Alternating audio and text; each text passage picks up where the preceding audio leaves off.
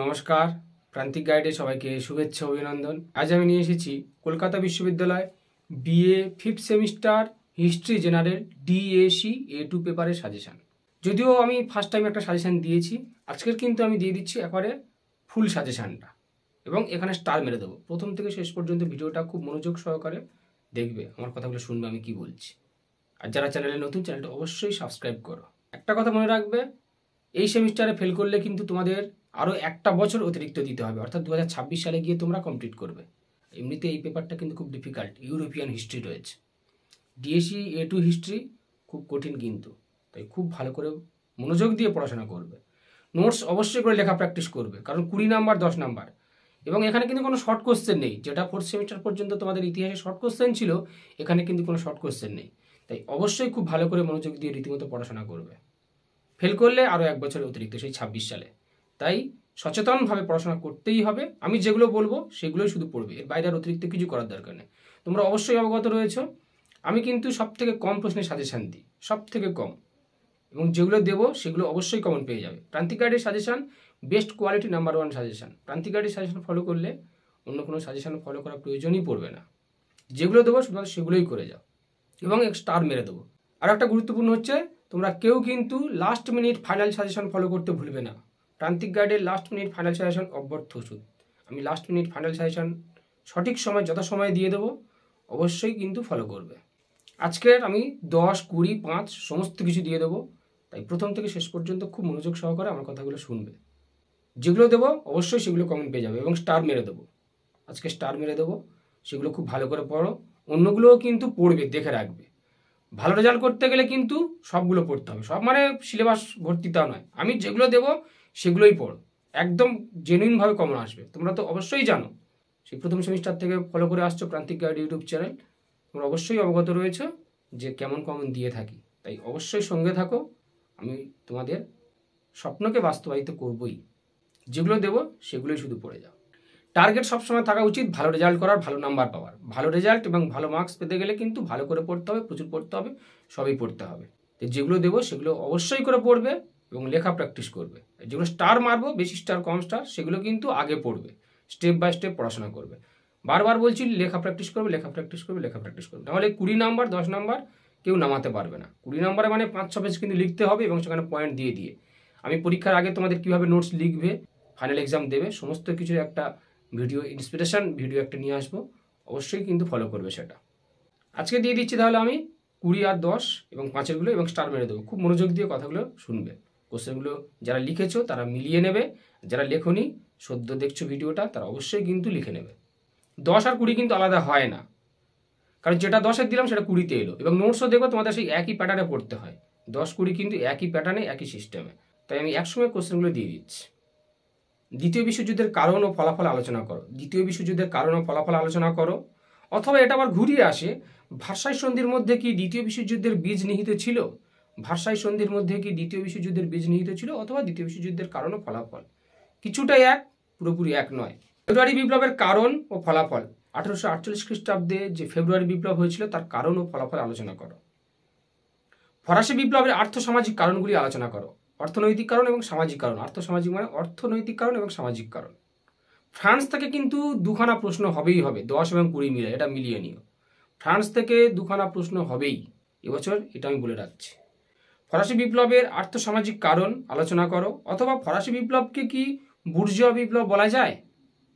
পরের প্রশ্ন, ইংল্যান্ডের শিল্প বিপ্লবের কারণ ও ফলাফল আলোচনা করো। ইংল্যান্ডের শিল্প বিপ্লবের কারণ ও ফলাফল আলোচনা করো।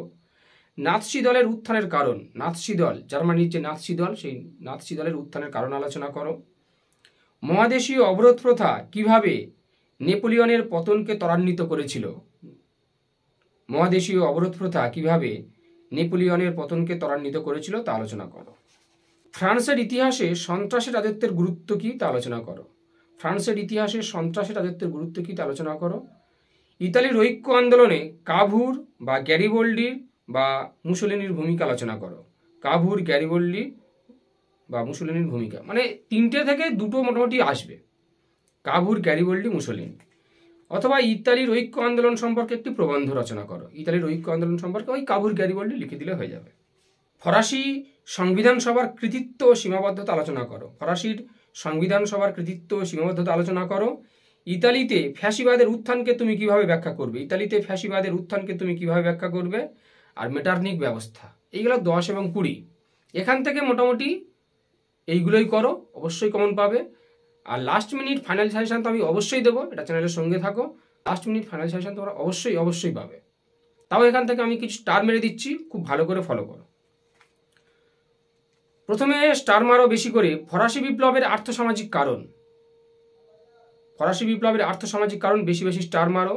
ফেব্রুয়ারি বিপ্লবের কারণ ও ফলাফল বেশি স্টার মারো। ইংল্যান্ডের শিল্প বিপ্লবের কারণ ও ফলাফল বেশি স্টার মারো। নাৎসি দলের উত্থানের কারণ বেশি স্টার মারো।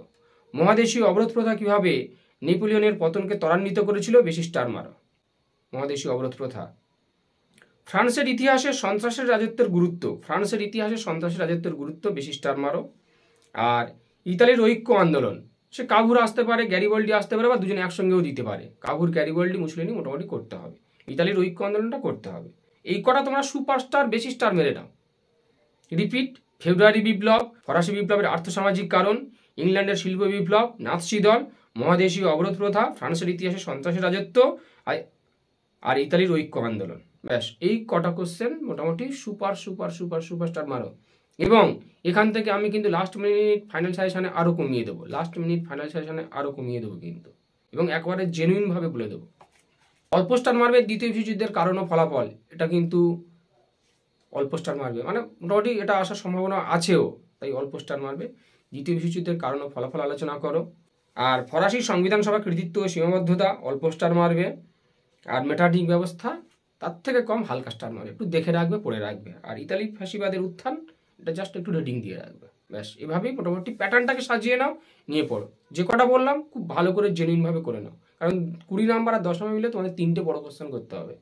যে কটা বললাম অবশ্যই কমন পাবে। স্টার মারলাম যে কটা সুপারস্টার, সে কটা খুব ভালো করে করো, খুব ভালো করে জেনুইন করে করো। এবং লাস্ট মিনিট ফাইনাল সাজেশন কেউ ভুলবে না, আমি অবশ্যই আরও কমিয়ে দেবো। এবার যাও 5 নাম্বারে। 5 নাম্বার জন্য করবে এমস টেলিগ্রাম, স্পেনীয় ক্ষত, কোড নেপোলিয়ন, জোলভারাইন, ইয়ং ইতালি, সন্ত্রাসী রাজত্ব। আর যারা মোটামুটি নোটস নিতে চাও যে কোনো পেপারে, বাংলা, ইতিহাস, শিক্ষাবিজ্ঞান, রাষ্ট্রবিজ্ঞান, তোমাদের যদি নোটস প্রয়োজন হয় স্ক্রিনে দেওয়া নাম্বারে যোগাযোগ করবে, অবশ্যই পেয়ে যাবে। সাজেশন ভিত্তিক নোটস যদি তোমরা সংগ্রহ করতে চাও শীঘ্রই যোগাযোগ করো, পেয়ে যাবে। আর কোন সাজেশনটা তোমাদের আগে দিতে হবে বা কোন পেপারটা প্রয়োজন, তোমাদের যদি মনে হয় যে এই পেপারটা আগে দেওয়া প্রয়োজন বা ফাইনাল সাজেশনে এটা আগে দেওয়া প্রয়োজন, আমাকে অবশ্যই কমেন্টস করে জানাবে।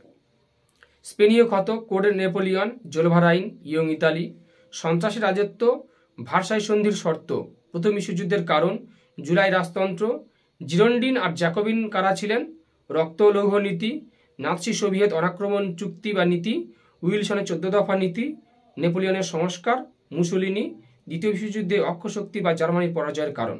এই কটা দিলাম, মোটামুটি তোমরা পড়বে। টিকা দেখো 1 পেজ থেকে 1.5 পেজ লিখতে হয়। টিকা মোটামুটি রিডিং দিয়ে রাখবে যেন লিখতে পারো 1 পেজের মতো, কারণ সময় 65 নাম্বার 3 ঘন্টা হয় না। টিকা যেন তেন প্রকারে অবশ্যই করে যেন লিখতে পারো অন্তত 1 পেজ, তাই রিডিং দিয়ে রাখবে সব কটা। আমি বলে রাখছি সব কটা, যাদের টার্গেটটা আছে ভালো নাম্বার পাওয়া, বেশি নাম্বার পাওয়া, 80% নাম্বার পাওয়া যাদের টার্গেট রয়েছে, তারা কিন্তু অবশ্যই করে সব কটা রিডিং দিয়ে রাখবে। কিন্তু এখানে স্টার মেরে নেবে তোমরা। এমস টেলিগ্রাম, স্পেনীয় ক্ষত, জোলভারাইন, ভার্সাই সন্ধির শর্ত, জুলাই রাজতন্ত্র, রক্ত লৌহ নীতি, জিরন্ডিন আর জ্যাকোবিন, উইলসনের 14 দফা নীতি, নাৎসি সোভিয়েত অনাক্রমণ চুক্তি, নেপোলিয়নের সংস্কার, এই কটা স্টার মারো। এখান থেকে আরও কমিয়ে দেবো, চিন্তা নেই, তোমরা সঙ্গে থাকো। এখান থেকে আরও কমিয়ে দেবো, তখন লাস্ট মিনিট ফাইনাল সাজেশনে এখান থেকে আরও কমিয়ে দেবো। আর জুলাই রাজতন্ত্রটাও একটু হালকা করে দেখে রাখবে। যে কটা বললাম সুপার করে করো, বেশি করে মুখস্থ করো, আর অন্যগুলো হালকা করে দেখে রাখো।